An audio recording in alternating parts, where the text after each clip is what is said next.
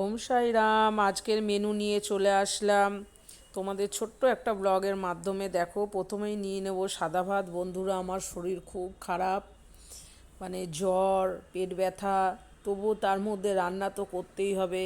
কারোর সাথে কথা বলতে ইচ্ছা করছে না, মনে হয় চুপচাপ শুধু শুয়ে থাকি, কিন্তু সেটা তো আর করার উপায় নেই, কেননা ঘরে কেউ নেই বন্ধুরা।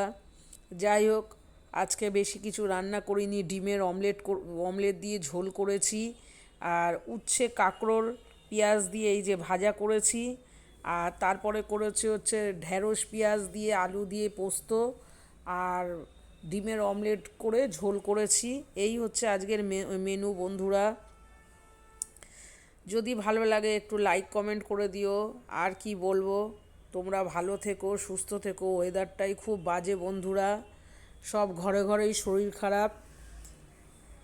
তো আমি তো হায়দ্রাবাদে ডাক্তার দেখাই, ট্রেনের টিকিটও পাচ্ছি না, খুব একটা মানে প্রবলেমের মধ্যে রয়েছি। আর সকালের ডিম সেদ্ধ যেরকম থাকে তোমরা তো জানোই, সেইটাও দিয়ে দিলাম। তো এইটাই হচ্ছে আজকের মেনু। আর এই দিকেও দেখো, একটা ঝিঙে আলু পোস্ত করেছিলাম, সেটাও অল্প করে নিয়ে নেওয়া হয়েছে। অল্প করেই করেছি, দুটো ঝিঙের আর কি হয় বলো। কেউ সবজি খেতে চায় না ঘরে, তাও আমি রান্না করেছি বন্ধুরা।